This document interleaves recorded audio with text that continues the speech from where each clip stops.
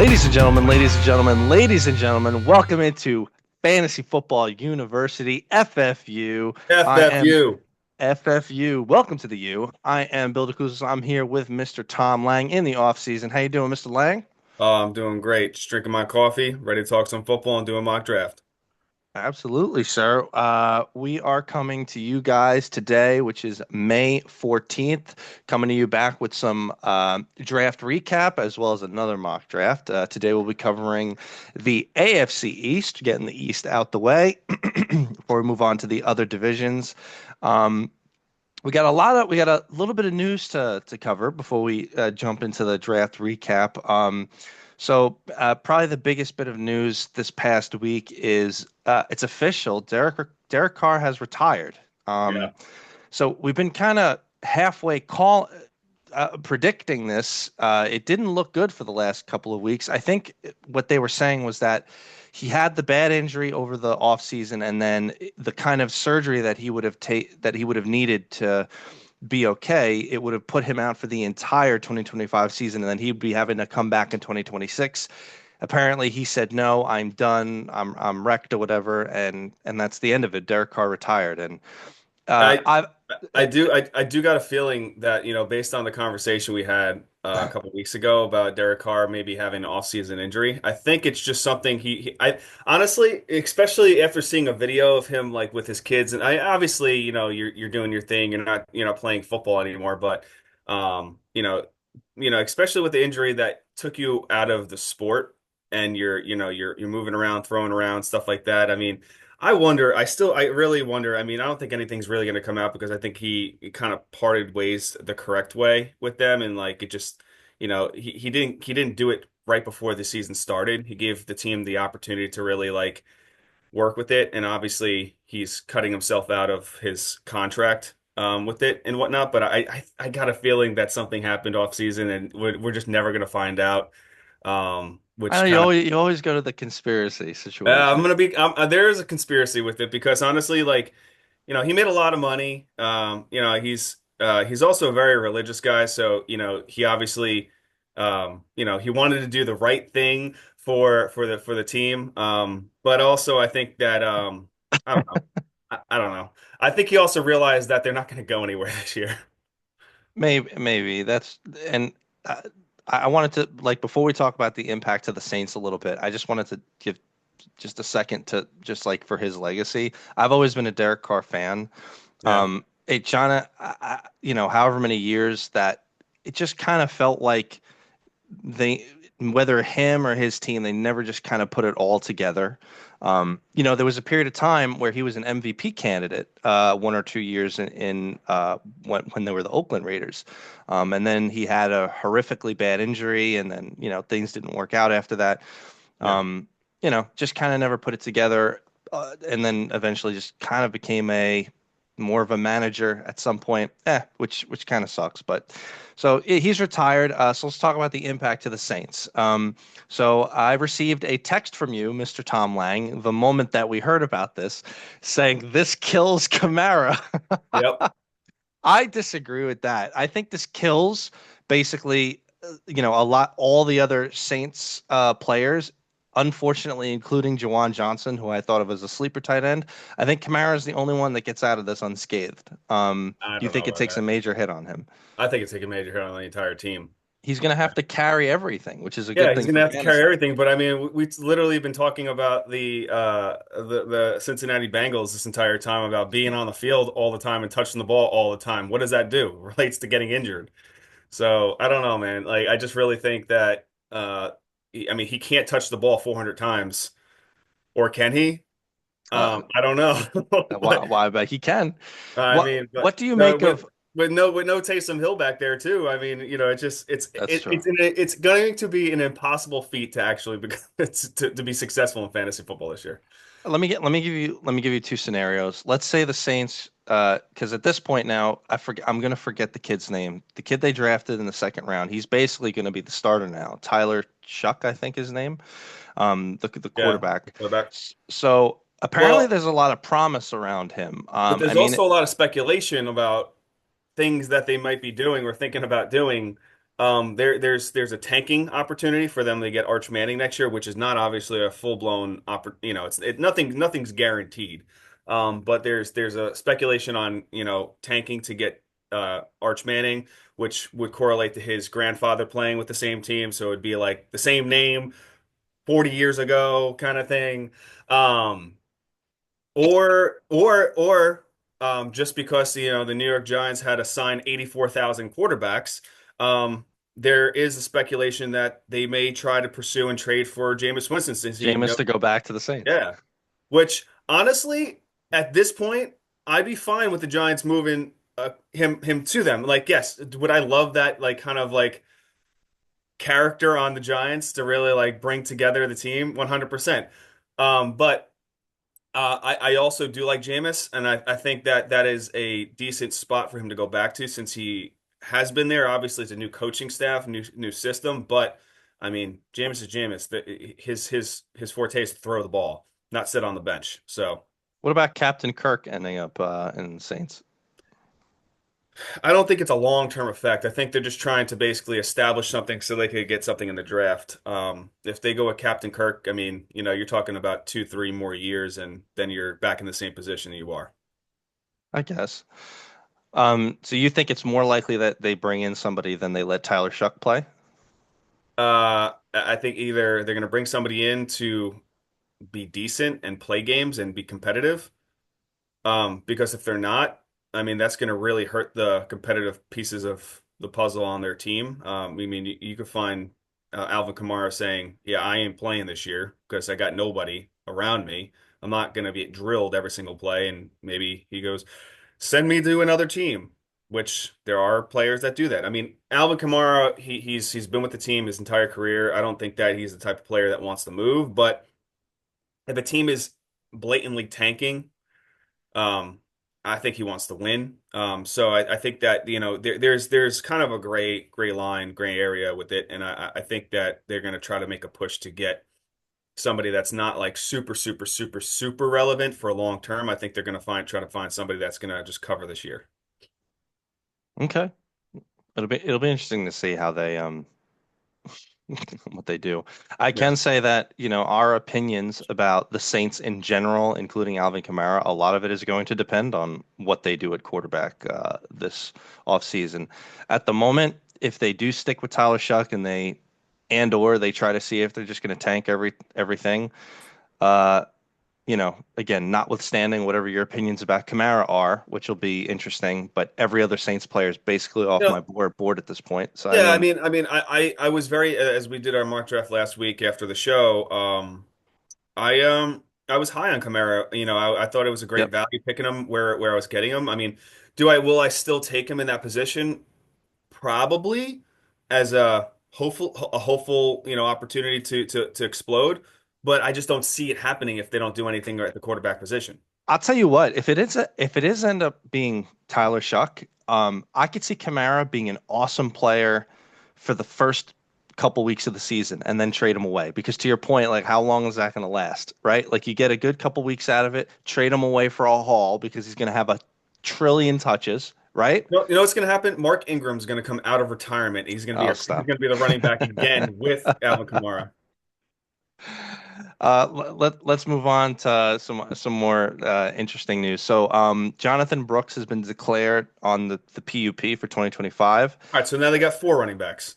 So they have four running backs. To some degree, it kind of clears the way, I think, for a Chuba Hubbard just dominating the backfield. Although Rico Suave, We'll they didn't get bring. 75 carries for next year. I don't know. I don't know whatever their percentage is going to be. If I had to guess now, it'd be something like 65-35. Personally, I still think Chuba is going to be very valuable. Yeah, Chuba's going to be the first down. He's going to be the primary back. I think Rico is going to be kind of like the whatchamacallit, passing down back to an Right. extent. And But we I mean, talk and we talk Chuba's about the this. goal line guy all day. Well, I agree with you. And we talk about this all the time. Like very, very, very rarely, especially in today's NFL, do we like two running backs on a team. But the exception is if the two running backs are on a very good team. And the Panthers, Actually, no, they were there's 3 running backs now. Sanders is no longer on the roster. Right. So Well, so I'm so saying is fantasy relevant backs, and like we're very, very unlikely to think that the Panthers are going to be that valuable for two backs. So Suave's, that's it. It's like it's but going to be but Chuba's they also team. have So Trevor Etienne, being 20 years old coming out of ah, Georgia. I mean, he that's wasn't the greatest with Georgia. He did bounce around his career in college, which now is the new norm. Everybody bounces around to go to a different school. But I mean, we'll see. I Chuba's mean, the guy. yeah, Chuba's going no, to be the yeah, guy. it's Chuba, Rico, Travis. Sorry, not Travis, Trevor. Um, Yeah, but it's Chuba. There's nothing else valuable there. It's just Chuba. Maybe I mean we'll see how the Panthers aren't likely to be that much better. Um, I don't all know. right, We'll see. and so I've got an interesting bit of news here that it's going to sound ridiculous on the outset. So it's been reported. So Travis Kelsey has lost 25 pounds.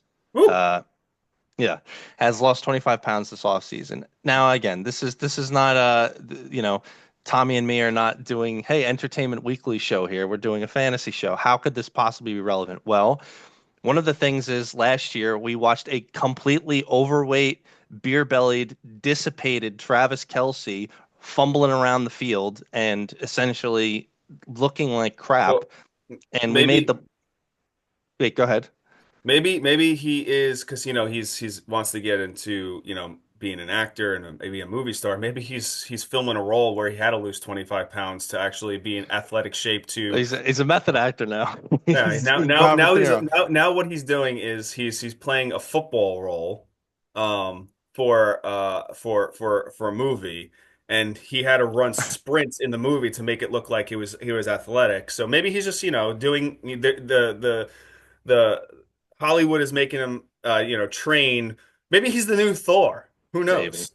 The reason I bring it up is that one thing we 100% agreed on when we were talking about just like tight ends in general was like if Kelsey comes into training camp slash the season looking the way that he looked last year, I'm 100% out. I'm not even close. Yeah. If he comes in and he looks in great shape, I'm not gonna. I'll feel a lot better about it taking the shot because he's not going at the top of the draft anymore. He's going No. really low. Yeah, So he's going late. if he looks great, the one thing you could say about what's going on in Kansas City, he will get volume.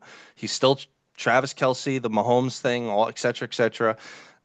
He has to look like an athlete, and so hopefully we'll keep an eye on this. And I'm not even gonna.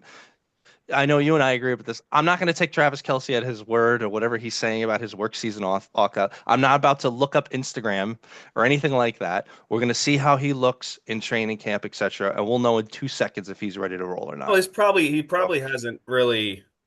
I mean, I know Taylor Swift really hasn't had any Eras tours this year, so he hasn't really like drinking beers, going to Eras tours on every single pla shape of the planet for this entire off season. So I mean, maybe he has had the opportunity to really focus on football and not focus on football at week 8. I don't think I ever asked you this question. I want to get your opinion. You think their relationship? You would say whatever you want about it, but you think it's legitimate, right? I mean, at this point, if it's not legitimate, like we live in the Matrix. Right, but you're not one of those people who are like, oh, they got together for business, etc., NFL I think in the marketing. beginning they did, but like now, like they're actually together. But like if it's this fake, this long, they're really sick people. It's a legitimate thing. I listen to I used to listen to their podcast all the time, and before he met her, he kept every so often he would throw in a thing like, "Oh, I'd love to meet her. I'd Well, love to meet her." well, It's legitimate. the thing though about it is that Kelsey's not what you call it, Jason Kelsey's wife, what's her name? Kelsey. Is that her name? I don't remember her name, but she's like super legit. Like she's super like straightforward. Like she would come out and call BS on everybody. So I think at this point it has to be legit. At this Right. point, but again, like I said, if it's not, these people are sick. It's not. There's a couple people in our circle of friends who claimed at the time that it was all fake, and we should call them out on on hey, so I guess it was legit. Anyway, I just we get a kick out of that. So any other news that came across this week? Any other horrible retirements or Oh no, no, not horrible retirements, but I did see a piece of news that came across saying that Matthew Golden, the new rookie wide receiver from Green Bay, will not cut into Jaden Reed's number one production. ugh. This, first of all, we keep saying that. I don't think people realize I don't think people realize what we're talking about. Can you say why this is like a halfway joke? Go ahead, explain it to everybody. Because Jaden Reed is not a number one wide No, no, receiver. no. That's not why the joke is. That's not what happened. Oh no, well, what happened was Josh Jacobs came out. That's what it is. Go ahead, Josh say Jacobs that. came out and right as the season ended, and he said, it would be really nice to have a number one wide receiver on our roster. And here we are talking about Jaden Reed the entire year, saying that he's not a number one wide receiver, except for Billy. And he's proven himself not to be a number one wide receiver the entire season at all. He's a streaky wide receiver, and that's why they drafted Matthew Golden, who is it who potentially can be a number one wide receiver. So, I just want all of our listeners to keep this in mind because there's definitely going to be snide remarks about number one wide receiver, like that buzzword about Jaden Reed for the rest of, and nobody knew what we were talking about. But now, hopefully, this makes sense to everybody. I mean, the thing though is like Matthew Golden is 5'11", 195, and Jaden Reed is 5'11", 187. So I mean, you basically drafted the same player for But stature. eh, Um, it's not just about your but size; you it's know what? about Hold route on, hold on. running. Sorry. Just 1 second though about that is, I mean, you got to remember there's a 5-year difference between Reed and Golden. Golden can actually still grow. He at the end of his career he might be like 6'4". Who knows? Right. He might have not reached his growth spurt yet. All right. Very good. Very good. Again, fantasy analysis of it.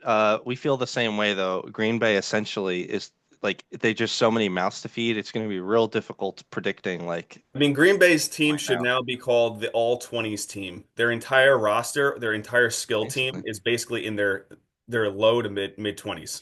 I think we pointed out Jordan Love especially in 6 point touchdown leagues as a nice late round target, Yeah. right? I mean, he's got a lot of weapons to work with now, and Yep, I know yep. you're.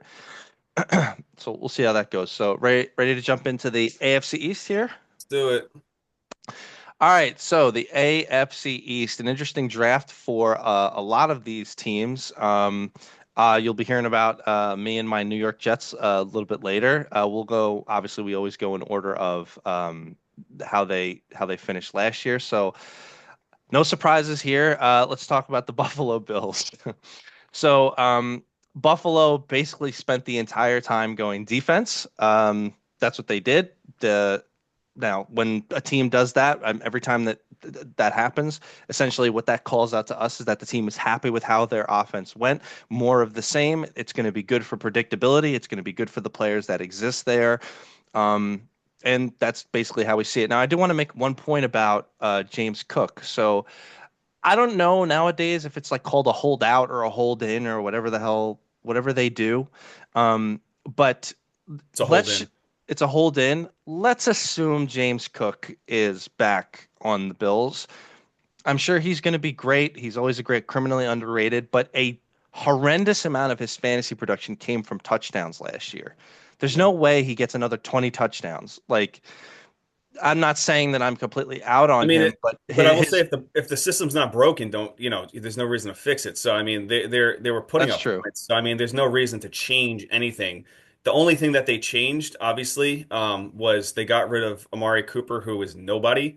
He got 14 targets one game for 7 receptions, and then he got what 7+ targets for the remaining of the season, if not less or zero, with no receptions. So they did pick up Joshua Palmer. They did pick up Elijah Moore. Curtis Samuel is going to could be back healthy next year. And they Sure. did draft Prather from Maryland. So I mean, they have six wide receivers. They still have the same tight end stature. And even if James Cook doesn't come back full time, full swing, and he sits out the first couple games of the season, you got Ray Davis there. Ray Davis Right. showed promise, and I don't think that, anything's really going to slow down. James Cook and Ray Davis are the same age. So That's sort of my point. The leverage there is all with the Bills. I mean, they've got Ray Davis and they've got the otother running back too. They've got Ty Johnson, Ty Johnson. yeah, your old best friend from the Jets. I'm just saying that not to mention the fact that they're going to try to get more running backs involved. We see this all the time when you have that much built into just touchdowns. It's the least sticky stat amongst everything that we look at in terms of metrics. So Yeah. I don't know. Like to some degree, I think he's being a little bit inflated. Now, again, we always say this from the draft. He's always criminally underrated when it comes to the draft, but maybe this is the first time that he's being, accurately priced in terms of his draft value. We'll see how that shows up in the offseason, but it's just worth making a mention. And I agree with you too. Points that we made in the offseason, given their wide receiver situation, they basically went entirely defense. So you and I are going to be all in on Khalil Shakir, I guess, Yeah, basically. all day long. Uh, I mean, he's not a wide receiver one, but he's a wide receiver one. Right. That's what Josh Jacobs said. But yeah. No. By the way, I just want to call it out now. The Bills are winning this division by Thanksgiving. Let's just get this on record. Could be The rest, Halloween. yeah. Good. The end of September. Yeah, so that's the Bills. So now let's get into the treasure trove of the rest of the AFC East, which is, oh my God, it's going to be horrendous. So the Miami Dolphins, first of all, how long before we get into the draft, how many games does Tua play next year? I mean, they did pack up, in the draft with two quarterbacks.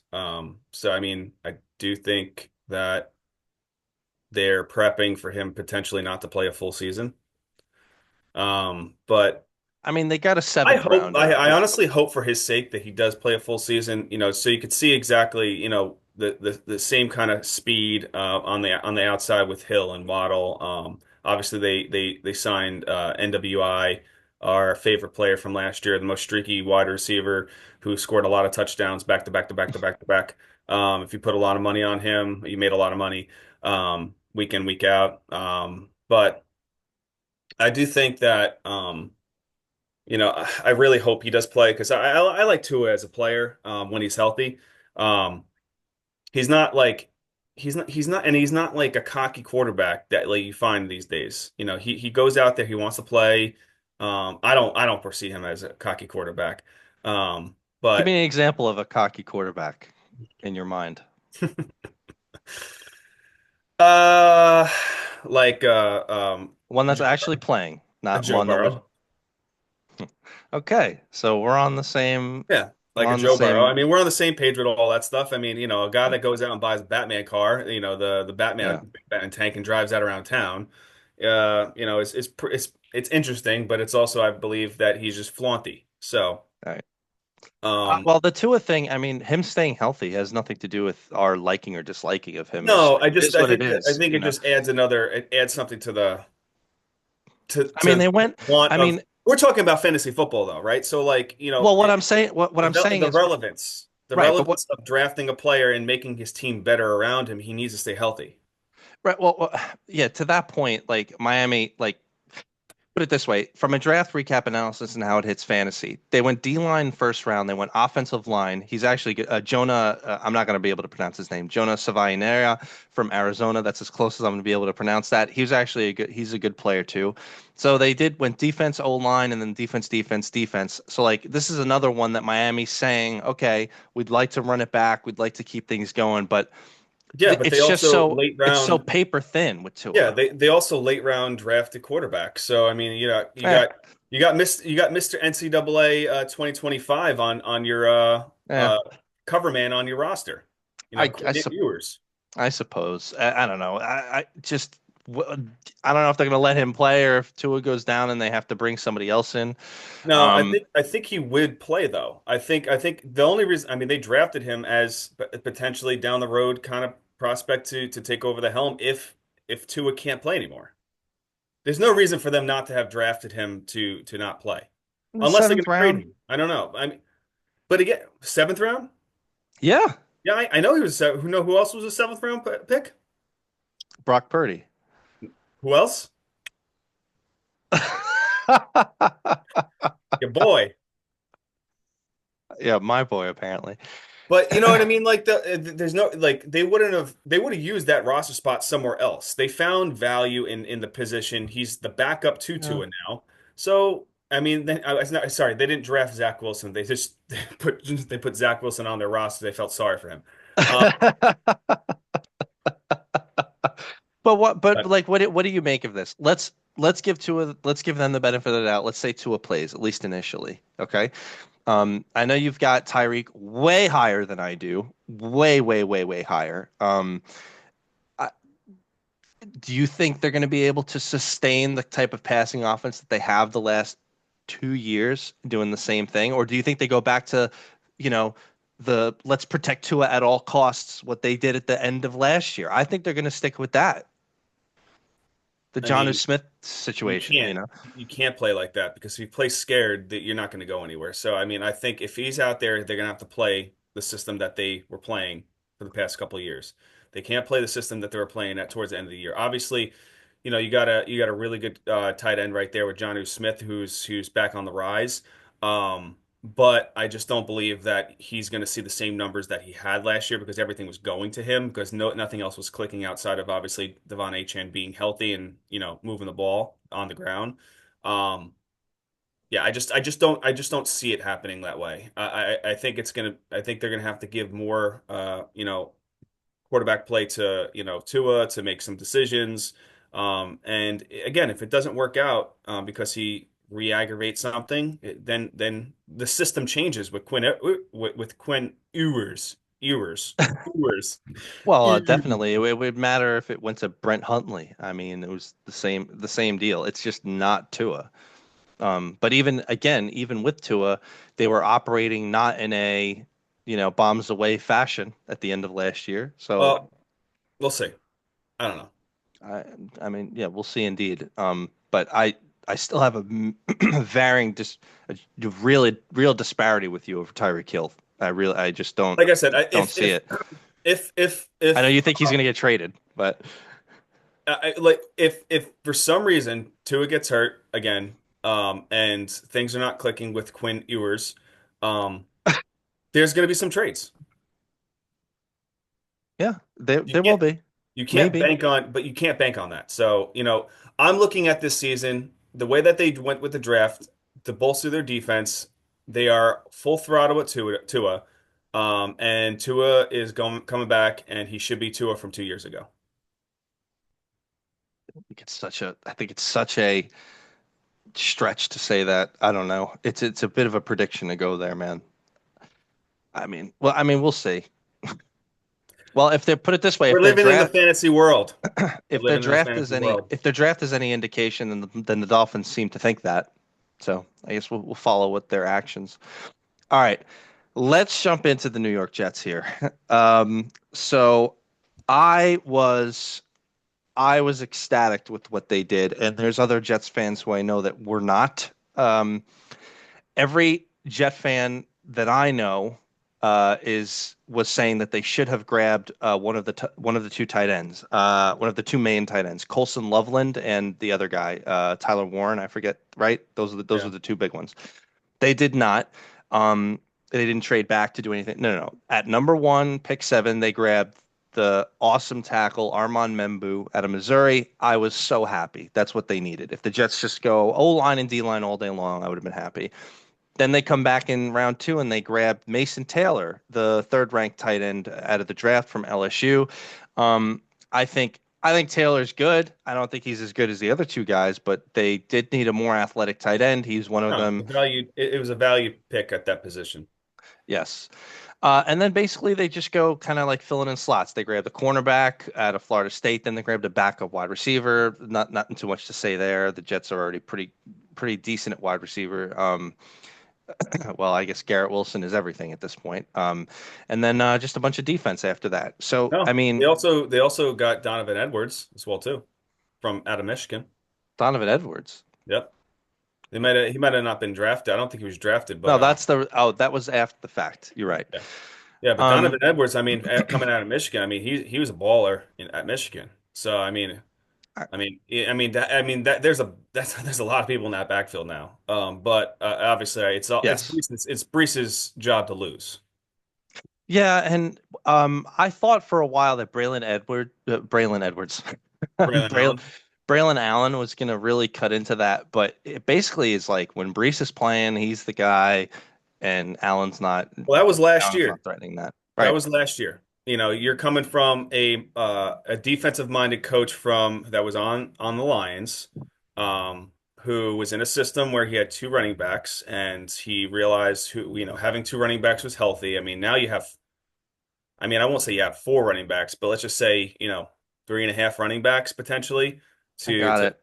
you Isaiah know. Davis is not gonna like they But I say think it. I think there's gonna be a lot of opportunity for different players to touch the ball.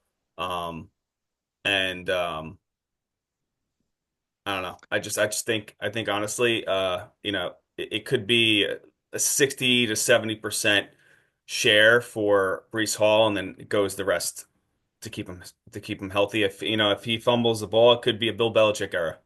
Um, Do you think that so oh my gosh, the quarterback oh my gosh. Oh, the running court I forget his name now. The running quarterback. Oh my God. on Who's the your just team, Yeah, oh my gosh. Oh my gosh. Oh my gosh. Justin Fields. Justin Fields. Do you think You Justin forget Fields Justin Fields' name? because I was mixing him up with somebody else who I won't name. Do you think that Fields is going to hyper target Garrett Wilson like the narrative street is going I this mean, offseason? has Justin Fields ever hyper targeted any wide receiver? Well, he had one good year with TJ I Moore. mean, I will say this. I will say this. Like I said, when Justin Fields did sign with the Jets, is that Garrett Wilson and Justin Fields played together at Ohio State. That's the narrative. So the narrative is there. I do believe that, he will be the favorite target. Um, but Justin Fields always, kind of moved closer to the tight end at times as well too. He's a streaky game quarterback. He's not every single week who he's going to go to. So I do think that there's going to be a lot of value with Mason Taylor going into this year if You he's going think? to be the tight end one. Yeah. He will Because be. yeah, because Cole Kmet when Fields was on the Bears, Kmet was a really really high valued player, and I have to look at Fryermuth's numbers, but I do believe that he had a pretty good early start as well too. He didn't. He He had didn't. a Remember, decent Frymouth start. started coming on Uh, towards later in the year. Although I agree with you on the Taylor thing. Now again, like we're talking, let, let's look at it in its totality. You have a running quarterback. Whether or not he's made improvement, I'm sure Fields has. It's a lowering of the ceiling in terms of a passing offense. It is what it is. Now maybe that means that they're going to be consolidating targets. Brees Hall himself gets a lot of targets out of the backfield. Um, but it just how much is there to go? How much is there to go around? How big is the pie as it is? I well, think I think so Garrett sorry. Wilson. Yeah, go ahead. So to go back to Pat Fryermuth because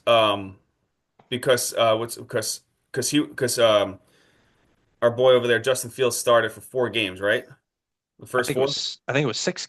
I thought it was 6 games.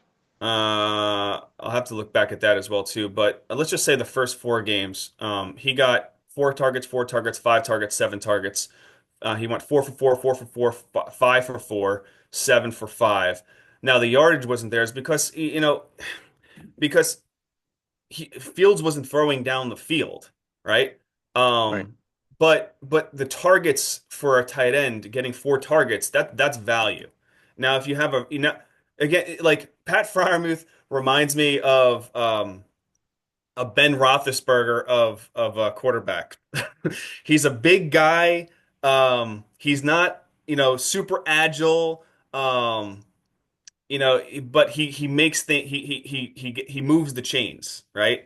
That's what he was used for. I think, going into this year with a rookie tight end, I think there is going to add a lot of value to like how Cole Kmet was on um the Bears with Justin Fields. I agree with you, but remember what we say about tight ends that any of these tight ends could go, 4 for 40. Like the idea is if you're going to be streaming or to some degree taking shots at tight end, you want to look at upside.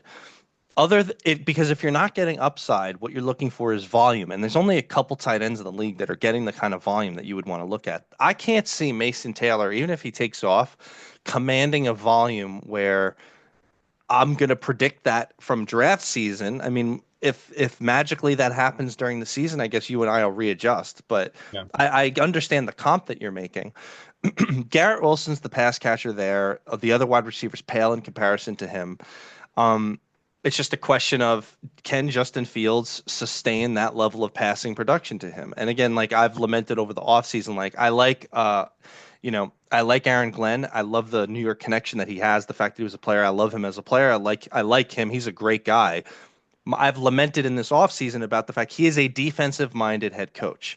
The Jets offense does not schedule to be good. It just isn't. Now, maybe I am wrong about all of this. I'm just saying we're trying to look at it logically and statistically. There's no way that it's going to be that high powered. It is what it is. And we say all the time, if you don't know what's going on, follow where it's going to be an amazing offense, and the Jets is not going to have an amazing offense. So I carry the same sentiments to you. I think Mason Taylor could be good. Let's just see how Justin Fields and the Jets offense looks. Again, I still, it'll be interesting to see how it goes. Who's the wide receiver two for the Jets in 2025? Take a shot. Wide receiver two is going to be Warren, not Warren, the tight end. You think it's going to be no? Brees Hall will have the second most catches, but I don't know who'll be about the that. wide receiver two? Wide receiver two for the Jets. Josh Reynolds. That should say everything that you guys need to know. All right, let's move on to the Patriots. So yeah, as bad as the Jets are. So Patriots. So Patriots made some interesting moves. Definitely some fantasy relevant stuff here. The Patriots grabbed. If everybody remembers what I was saying before the draft, there was two really amazing tackles. The Patriots grabbed one of them, and the Jets grabbed the other one. So the Patriots grabbed Will Campbell from LSU. Amazing, amazing tackle, bolsters their O line, which they needed it. They had one of the last ranks O line last year, so they definitely needed help there. And then rounds two and three, they go offense here. Running back Travion Henderson, amazing running back out of Ohio State, and Yeah. round three, Kyle Williams out of Washington State. Do you think that Travion Henderson overtakes Ramondre Stevenson this year? No, I think it's a split carry. I think Ramondre Stevenson still has a lot of value, but again, you have to look at the system that's coming in. With Mike Variable coming in, Variable, he has Vrabel. Vrabel. He has the same kind of methodology as Bill Belichick. You fumble the ball, you're out. So I do think that, and Ramondre Stevenson had opportunities where, he basically was fumbling the ball at times and, kind of cost the team some games. So I do think that, but again, he was the primary person on that roster. Having, Travion Henderson and also, having a little bit more depth at the wide receiver position and having year two Drake May. I think it could be a better opportunity for them to move the ball on the ground the correct way. So I will say that it will be kind of like a split carry element. They did extend Ramondre Stevenson last year, I believe, his contract. Or So it was the year was, before, maybe. I Yeah, think it something was like that. last year. So it was in the old system, but again. I do think, he still has tremendous value, Ramondre Stevenson. He's not your second or third round running back taken off the board. He's a later opportunity, but he's kind of like closer to the Montgomery takes. But I think that he has a tremendous amount of value because he is a hard-nosed runner as well too. Um, I think, but Henderson is going to be a he's going to be he's going to be he's going to set the playing field. And I think it's going to be a good thing for both of those guys. So Okay. You're probably right. I can tell you that, we see this a lot sometimes when they draft backs and there's kind of a guy in there. It might take X amount of games throughout the season. Travion Henderson could be a nice pickup kind of towards the end of the season or whatever. Mhm. And definitely going forward. I mean, I don't know how many, to your point, Tommy, I don't know how many years Ramondre has left, but Travion's, I mean, he's their young explosive guy and he's very explosive. We'll see how the offense looks. I mean, Drake May is going to have to improve. Their whole offense is going to have to improve. They got a great coaching staff there now, right? Josh McDaniels is now back as the OC. Yep. So, I mean, Vrabel and Josh McDaniels working together, I mean, they could be a lot better. Like I said, my assessment of the AFC East is basically the Bills winning this by Thanksgiving or earlier. But that's this year. After this year, I think that the Patriots will start to make some improvements. God knows, maybe the Jets will start making some improvements. But this is the Bills' division. They're going to Yep. crush it. They're going to win in however many games. Um, and by the way, it's no. So we talked this about when we were kind of talking about Josh Allen. So Josh Allen's been the number one or the number two quarterback since 2019, including 2019. And part of it is that he's on an amazing offense, and part of it is that he's on a team that is playing against these awful other teams in the AFC East. Yeah. So we say this all the time. If you're going for fantasy production, you go for teams that you know are going to be great, and the Bills are going to be great. That's why we're high on guys like Khalil Shakir, etc. So, you know, keep that in mind. So there we go. That is the AFC East. Any other final thoughts, or you want to jump into some drafting here? Yeah, let's jump into the draft. I don't think there's anything else that we need to cover this week. Obviously, we're going to be covering the rest of the rosters, the moves that happen within the past couple weeks for the rest of the league when it comes down to divisions. And obviously, we're going to be bringing to you some drafts post conversation with those four teams that we'll be covering. So, Billy has added the draft board to this. We are doing a half point PPR snake draft like we did last week. He is picking at number one. I am picking at number 12 this week. And we're gonna really articulate our drafts. We're gonna really still, again, we have to fill the roster. Within 10 rounds. So we're going to explain everything that as we go through, articulate our reasons of drafting these players, see what the ADP is showing. Maybe week in, week out, things might adapt and change. So we're going to really see how the changes happen as the season goes on, the off season goes on. And yeah, maybe we'll try a different strategy here today. We'll see. We'll see how it goes. Yeah, just to reiterate, this is 12 team. This is half PPR, 12 Yep. team, half PPR, and we have this is a double flex. So we're doing another double flex. So Yep. to some And degree, next wide week, and receivers. yeah, next week we'll change the kind We'll of the change the roster breakdown as well too, yeah. so we could show things that are relevant to everybody's draft board.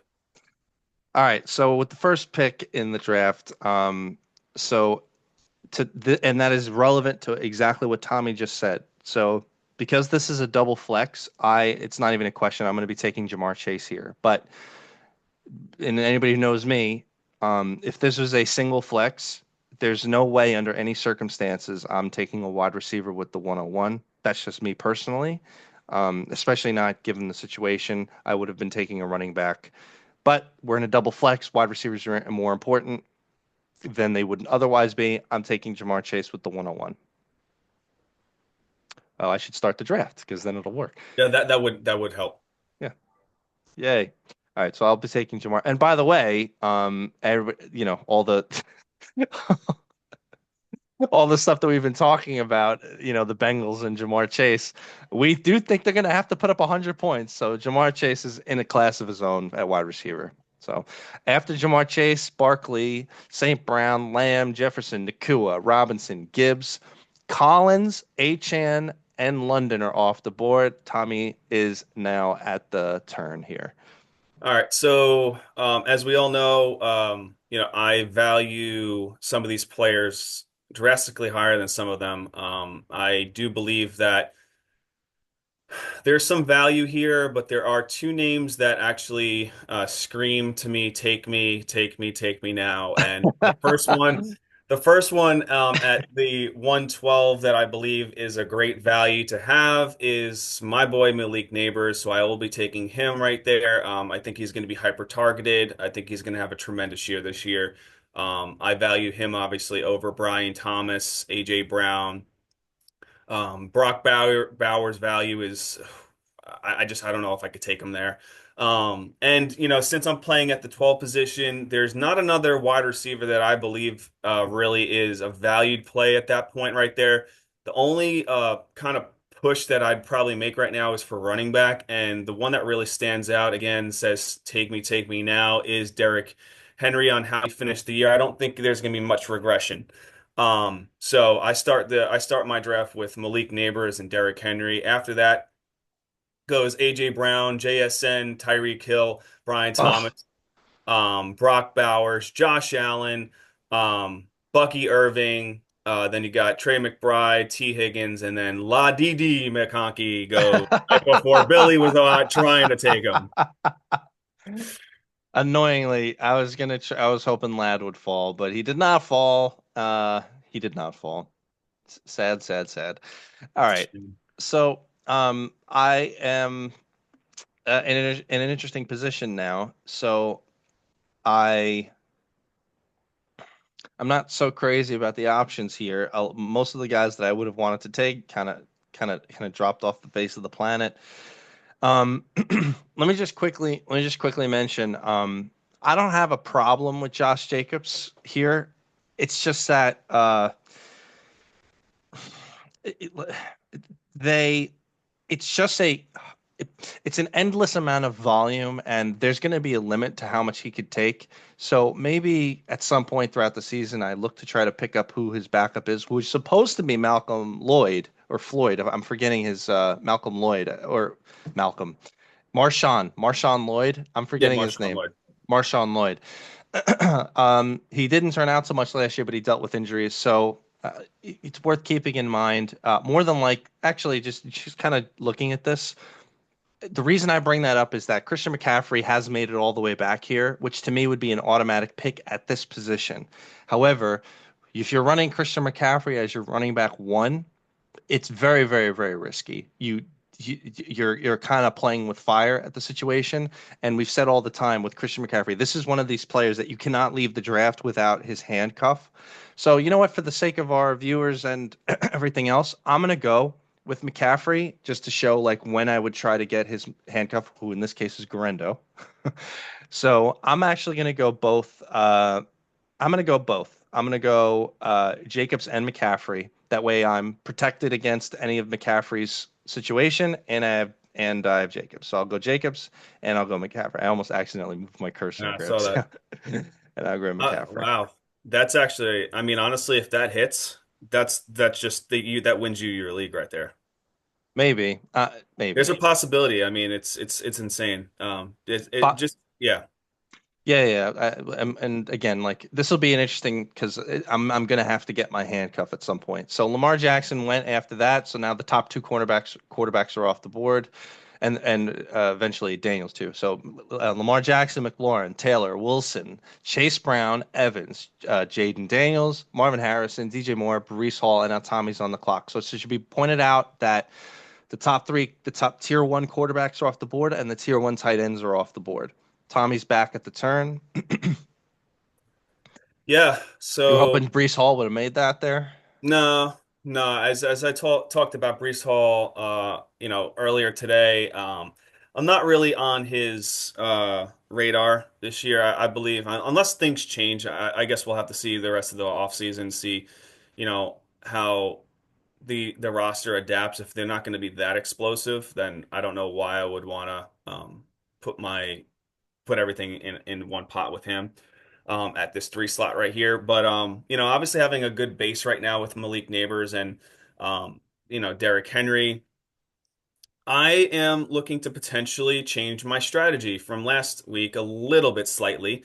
And we all know how I talked about Devontae Adams. I don't think he's done, but I do think that this is, if it was next round, I think that I'd feel more comfortable taking him. Um,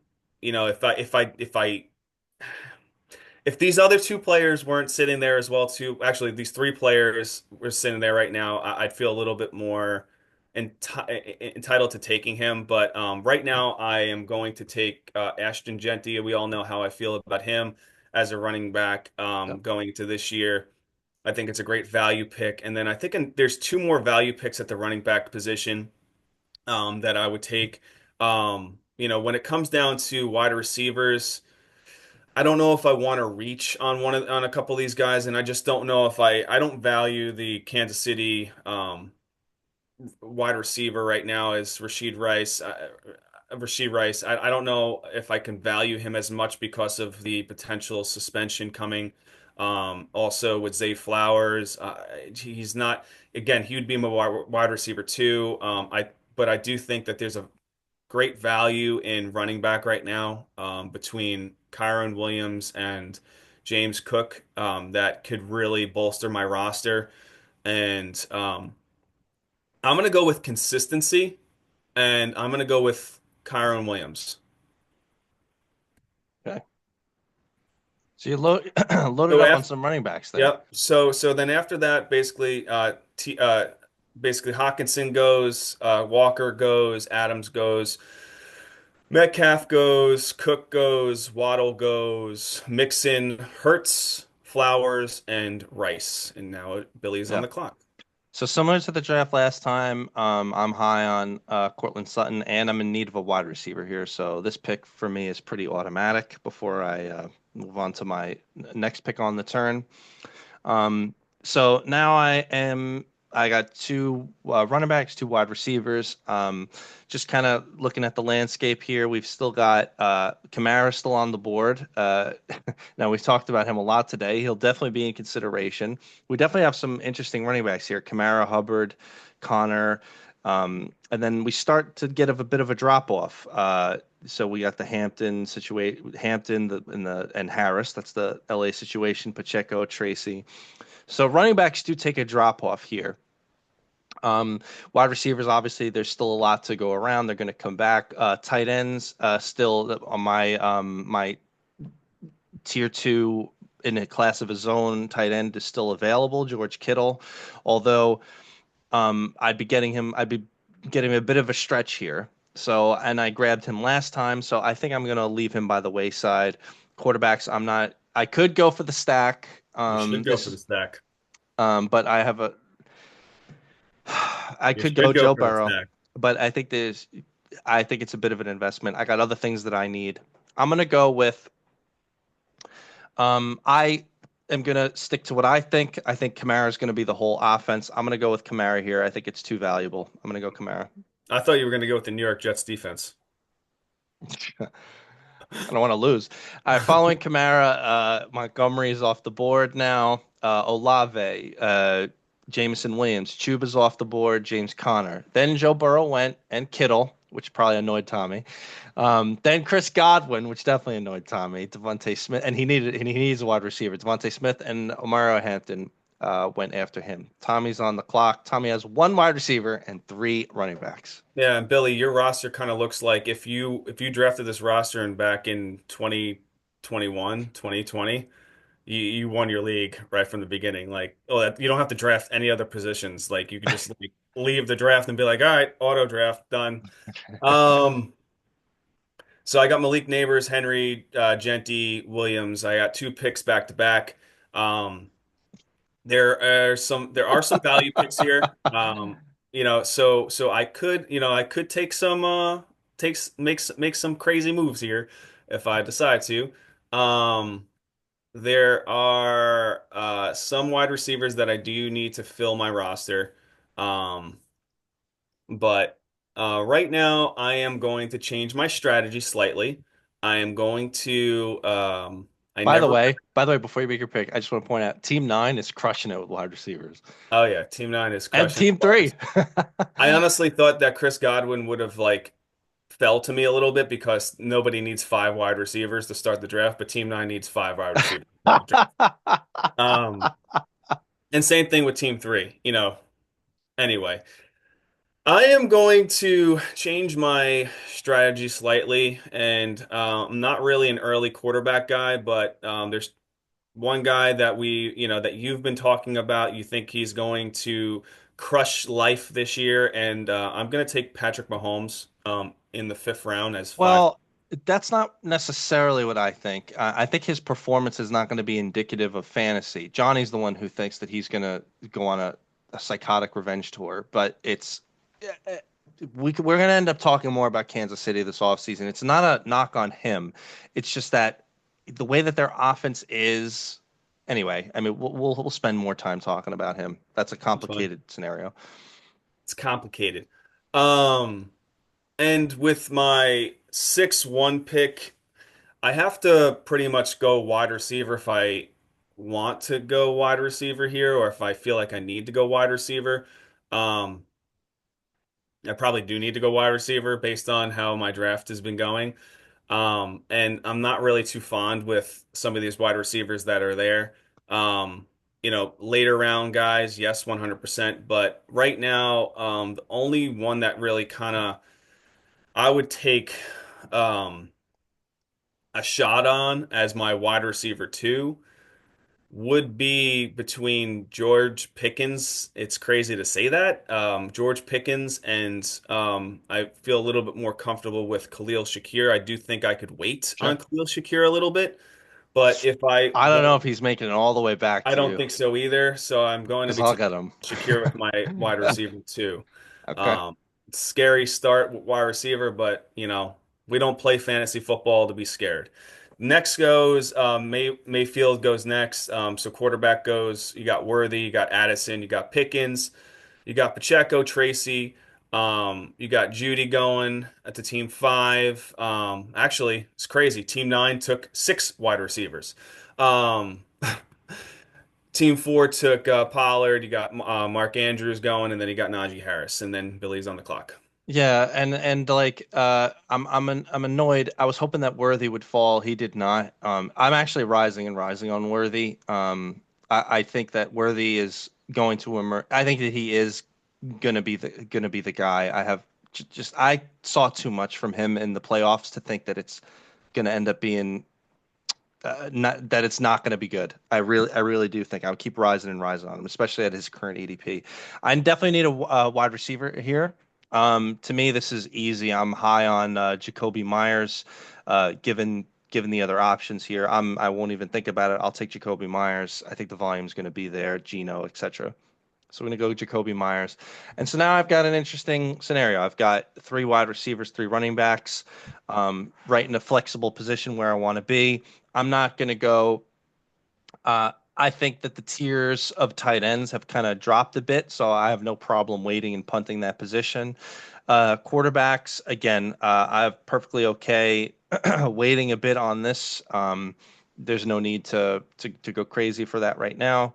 So I'll see my running back options are now they're dwindling to some degree. So given we're only going to go 10 rounds or so, probably my last running back is going to be Garendo, but I could wait on him. His ADP is not commensurate with this situation. So I'll see if I could grab another wide receiver. The options aren't the best. There's no way I'm taking Ayuk, considering even the like where he is with ADP here. There's no way I'm taking Ayuk. It's just not happening. Roma Dunze uh, is probably going to be my pick here.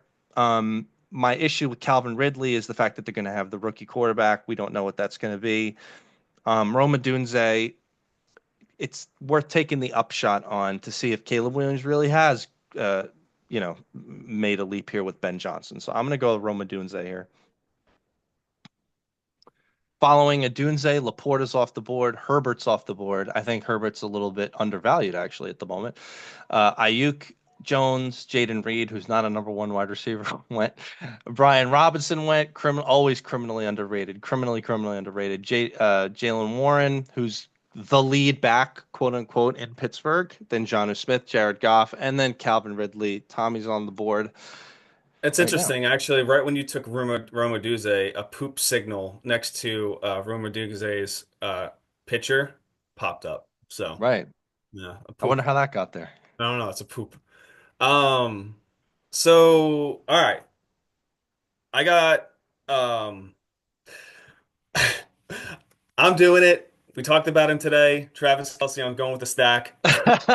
Not even talking any further with it. If All for right. some reason it hits, it hits. It's great. Right. Uh, but I'm just gonna take that stack opportunity right there. And again, it's not a stack opportunity that happens in the first and second round. It's a stack opportunity that happened in the fifth and seventh round. So if a healthy and young looking Travis Kelce comes out, Patrick Mahomes is gonna be gunning to him all day long. So I'll take that risk right there. I got to compete with Team One, who has 2001, 2000 stats popping up. So it's especially with the poop guy next to him. Okay. Um, the next player, I do need to continue to go wide receiver based on my what I got right now. Currently, right now, I have Khalil Shakir as my number two, which is okay because, as we all know, he is the number one on that team, but he's not a number one wide receiver, but he does put up number two consistent wide receiver numbers. So I'm comfortable with that. Here, I'm looking to maybe make a opportunity with there's two guys that are on the board that I've always been really high on. They are vets going into this year, going into last year and the year prior. Debo and Cup. I do value. I think that Cooper Cup has better value than Debo this year, so I'm going to go with Cooper Cup. Okay. Things And are after that, moving. DeAndre Swift goes, Njoku goes, Love goes, Travis Etienne goes, Debo goes, then Ramondre goes, Purdy goes. Downs, Rico, not so suave, Dowdle goes, and Stephon Diggs. And you got three more picks to go. I got two more picks to go, and let's make it the best. So in the last draft that we did, I got the Sutton Bo Nix. I got that stack. I could go it again, but my other option here would my other only other feasible option would be Kyler. Oh my gosh, Tommy and I have a love-hate relationship with Kyler, especially from last year here. So just for fun, because I already went Bo Nixon the last time, I'm gonna go Kyler here, get my quarterback in. And now I have to figure out what I'm doing at tight end because my 10th round pick for the sake of this draft is going to be Garendo. So at tight end, given the options, Evan Ingram, who is now the tight end in Denver. We don't exactly know how that's going to play out. It's definitely an option for Bo Nix.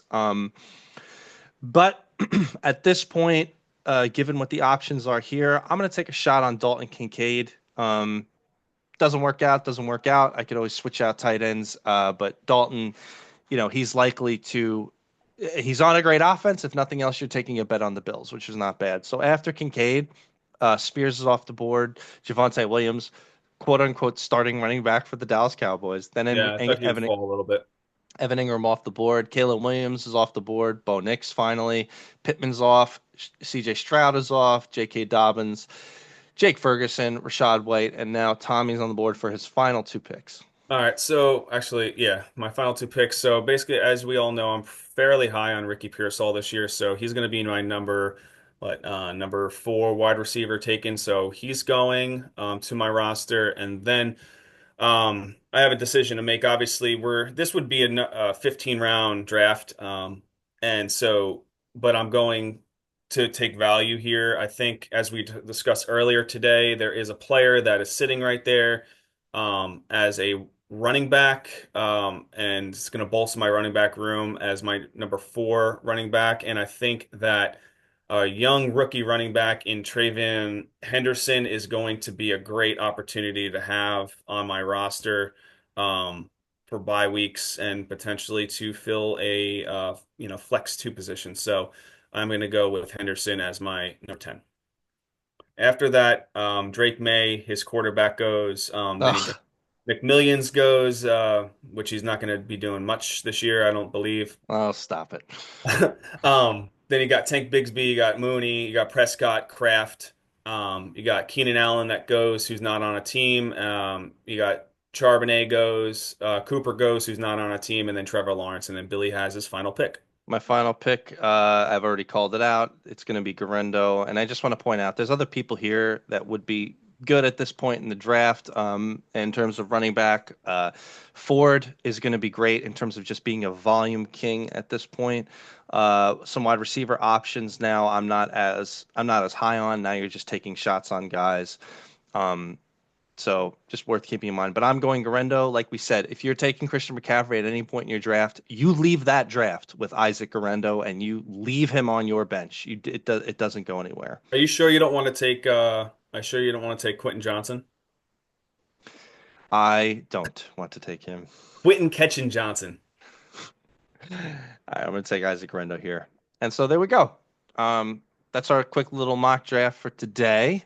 People can check it out. Let us know if you agree, disagree, who you think won the draft. It definitely wasn't Team Nine. So, but let us know. Um, Yep. there we go. Any final thoughts, Mr. Lang? Yeah, if everybody could just like, share, subscribe, we truly appreciate it. We'll be dropping obviously different videos every single week, moving forward this off season. As we close in on the season, we'll be adding more videos per week. So we're trying to get to a live stature as well too. So if we can just get those subscribers to like us on YouTube, that'd be really, really cool. So we could go live and we're gonna do it live. And everybody could hear my management when it comes down to speaking, and everybody can make fun of me as a live point as well too. So it'd be cool. But yeah, we appreciate everybody taking the time to watch the video. Hope everybody learned a little bit today when it comes down to drafting and different systems and seeing how teams line up. And we're really looking forward to continuing bringing you content for the rest of the season. Yes, sir. All Cool. right. All right. Thank you, everybody. Great day. FFU.